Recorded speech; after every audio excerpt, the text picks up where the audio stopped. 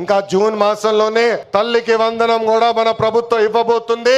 దేశంలో ఏ రాష్ట్రంలో ఇవ్వని విధంగా వృద్ధులకి 4,000 రూపాయలు, వికలాంగులకి 6,000 రూపాయలు, ఏకంగా బెడ్ కి పరిమితం అవుతే 15,000 రూపాయలు ప్రతి నెల పెన్షన్ ఇచ్చి ఆదుకుంటుంది కూటమి ప్రభుత్వం. దీపం పథకం కింద ప్రతి ఏటా ఉచితంగా 3 గ్యాస్ సిలిండర్లు కూడా మన ప్రభుత్వం అందజేస్తుంది. ఇంకా అన్న క్యాంటీన్లు కూడా తిరిగి ప్రారంభించాం. అన్నదాత సుఖీభవ త్వరలో అమలు చేస్తున్నాం. ఆగస్ట్ 15 నుంచి మా అక్క చెల్లెలు, పెద్దమ్మ, చిన్నమ్మలు ఆర్టీసీ బస్సులో ఉచితంగా కూడా ప్రయాణించే హక్కు మన ప్రభుత్వం కల్పించబోతుంది.